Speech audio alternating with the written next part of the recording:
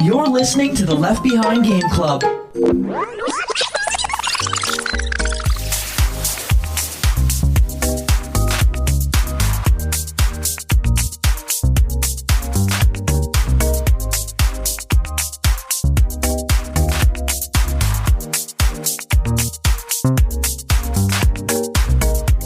Welcome to Left Behind Game Club, our never-ending attempt to make sure that no game is left behind. I'm your host today, Jacob McCourt, doing a solo show back from PAX West, and we've got a little bit of a special here. If you've been following the Left Behind Game Club for a while now, you've seen that once or twice we'll pop something special into the feed, like when we got code for Far Cry 6 early, and so we did a little impressions podcast on the day it came out. Here we've got something special too. We have an interview / review of What the Car from Triband. This game has been out on Apple Arcade since May of 23, but is now just getting a Steam release. And so to kick it off, I'd love to pass it over to PAX Me, as well as Sarah Sander, who is the community manager of Triband, to tell you about the game. And we get into a few of the questions. After this interview, we'll come right back, and I'll tell you my thoughts after playing through the game's first 9 episodes. All right, hi, I'm Sarah. I'm community manager at Triband, and we've made What the Car, which is not your typical racing game made by people who don't know anything about cars. For folks who are maybe not familiar with your catalog of titles, can you first talk about some of the other games that you've made and how they're just really great, fun to play comedy games? Yes, we call ourselves a comedy game studio, and the first game that we came out with was called What the Golf, which is the golf game made by people who don't know anything about golf. Trying to do puzzles and weird versions of playing golf in every single level. Our second title was called What the Bat, where you have bats for hands and need to do just normal everyday tasks with bats for hands. And so you know nothing about cars, and so when folks play the game, it's coming out on September 9th. What should players expect about a racing game, not racing game, that is What the Car? If you go in blind, you would probably still be able to play the game and go through all the levels.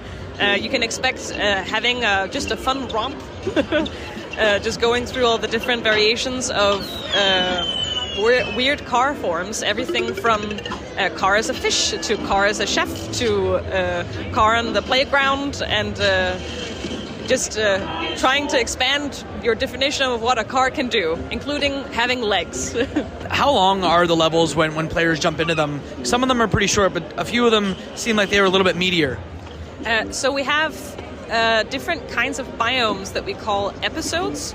And right now there's like 8 different that we've already established, but it's a live game, so we will be adding more biomes these episodes as we go along after it's released on Steam. Right now there's like 30-ish levels per these episodes, and they vary from 1 to 3 minutes depending on if you try to go for the secrets and get the faster time on them and that kind of stuff. You talked a little bit about some of the fun sound design. We hear a lot of meow for some of the jump pads. Can you maybe talk about some of the fun stuff that your sound designer has put into the game? So the speed pad sounds is actually just the sound designer going in different pitches, and we have this just like silly trombone music that kind of like keeps this romping like silly style in the whole of it. We also have the sound of the bears that when you run into them, it's just them quaffing, going wow. Things like that, and just little details about like how can we make a silly moment in every part of the game. When creating the different cars, can you talk about the process of how your team decides, are we going to have a car with legs? Are we going to have a car that's a shark? Where does that come from? So sometimes it's pun first, sometimes we make the joke first and then design the car afterwards. Other times it's like that we're thinking, okay, what's the new weird environment that we could put the car into? Is it an ice level? Is it a Mad Max level? And then we can build the car controllers or the puns around like what would be strange to see in this kind of environment. Like for example in the ice ones we just have ice, leggy. Yeah. What car was the most difficult to kind of put into the game and maybe almost didn't make the cut? Oh, there's so many. There's one that's very buggy that's called a Cardian. That's part of the long world. That one, the designers really think is just extremely buggy because it will just fling you across the map sometimes. But it's also just hilarious to look at, so we kept it in. But it's it's things like that as well. I know it's like asking me asking you to choose between your kids, but do you have a car that is your personal favorite?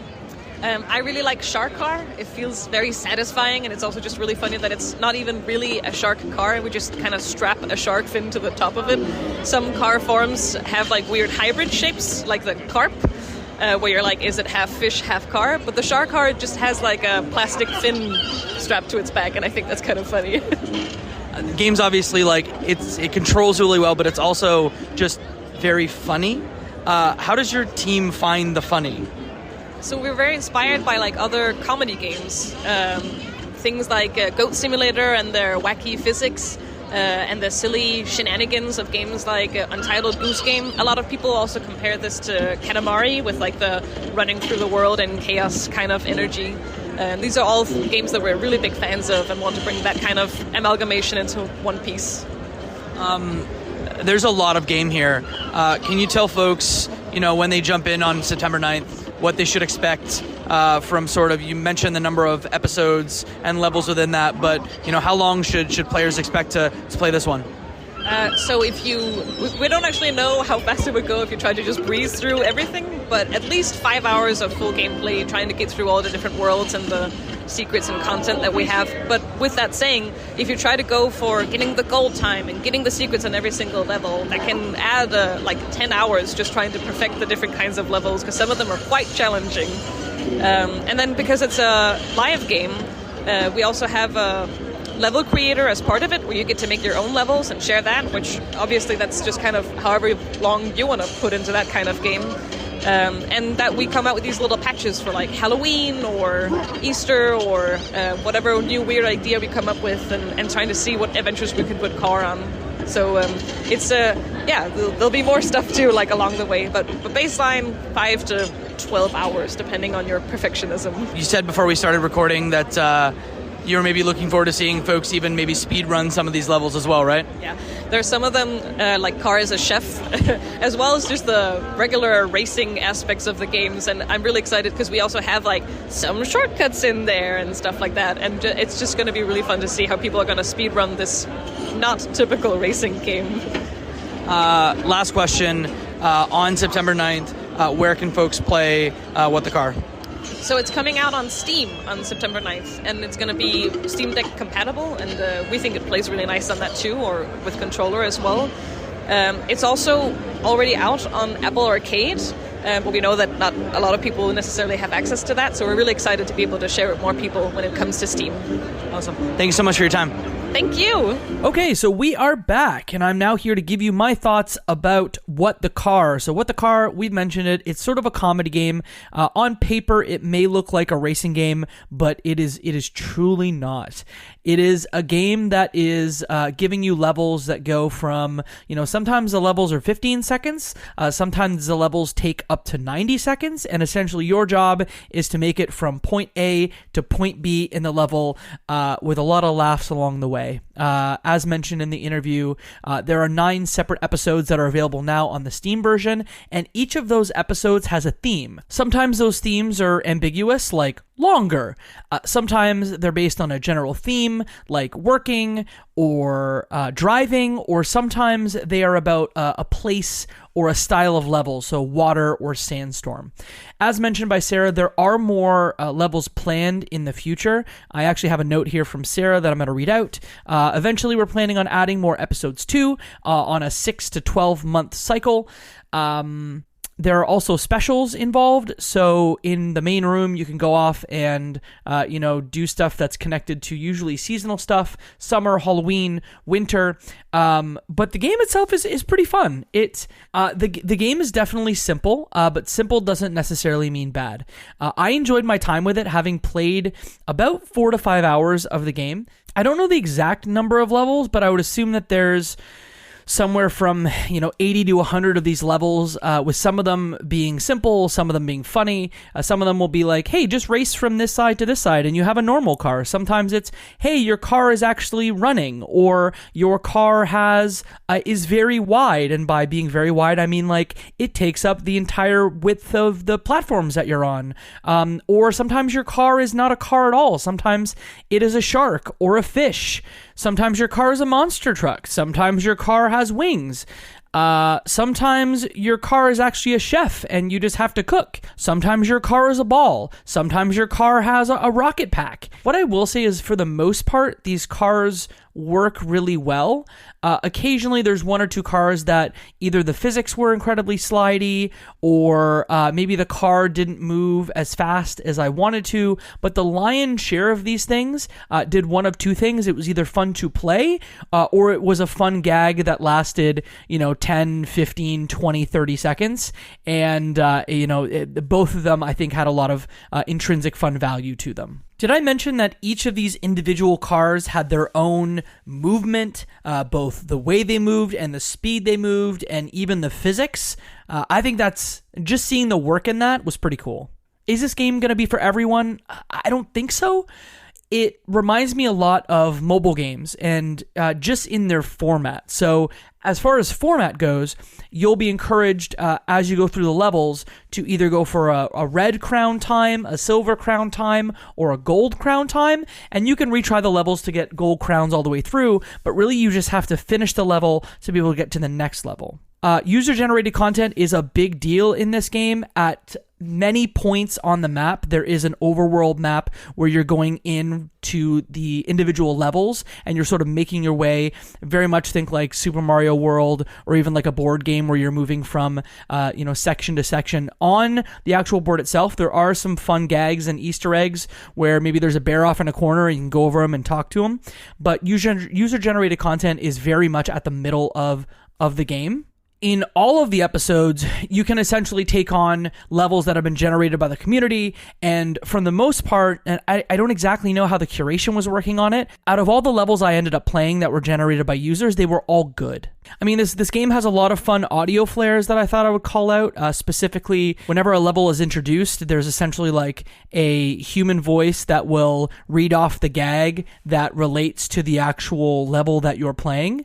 Some of them are just funny reads of what the car is, whether it's like car with springs or car with legs, and some of them are actually quite punny, sometimes using movie quotes or get a little memey. It's very fun. The game has leaderboards, so you can compare your times to many other players, and also I may have alluded to this and Sarah spoke to it, but this is a live supported game that will have content updates. This game doesn't really have sort of an end right now. You'll play through the 9 levels that are, or 9 episodes rather, that are in the game, and sort of just there's a section that is saying coming soon. So if you grab the game, 6-9 months from now, there may be, a conclusion of it. But right now there's no definite ending on it. If this game at all sounds curious to you, I think the thing that I would recommend is to go on the What the Games, like basically Triband's YouTube channel, and just watch the one of the announcement trailers for What the Car. It's one of those games where you'll look at it and you'll sort of know right away whether it is the vibe for you or not. It's a game that I would pick up and play for 10-20 minutes, and especially if you have a Steam Deck, where the game worked really well, I think it's a really great pick up and play sort of game where you can dump 10 or 15 minutes into it at a time and have a really good time with it.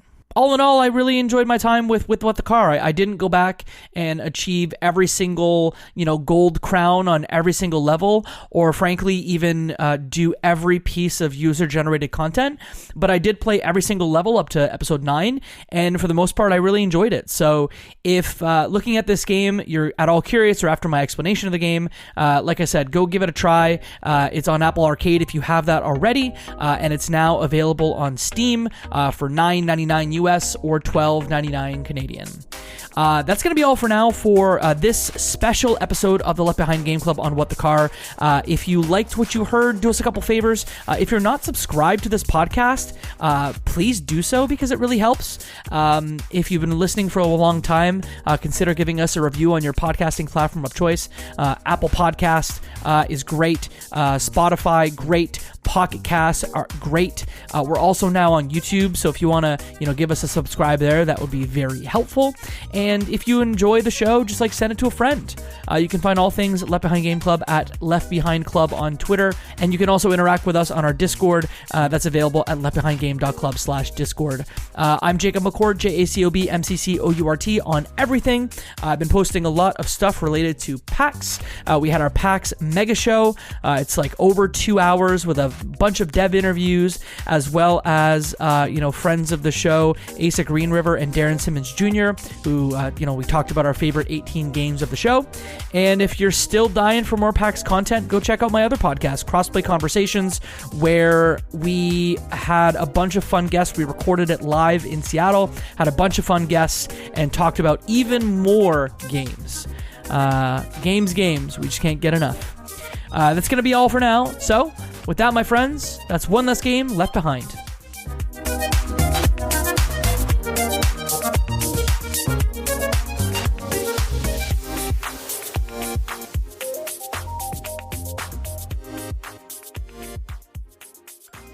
Do you feel like you're the only person in your circle who wants to go deep about video games regularly? We were like that too, until now. Welcome to Crossplay Conversations, the brand new bi-weekly topical video game podcast from Luke Lewis, Joseph Hooper, and Jacob McCourt. With many years of breaking it down separately on shows like the Left Behind Game Club, Player Podcast, and Lukewarm Games, the gang is finally coming together to publish their gaming group chat in audio form every other week. Expect roundtable reviews of the latest games, profiles of upcoming indies, and insightful conversations about essential topics in the video game industry. All with a mostly positive, insightful, and fun style. Help us out by subscribing on your podcast platform of choice to get the first episodes delivered straight to your feed. And follow us on Twitter at Crossplay Convos for updates about the show. Cheers and happy gaming.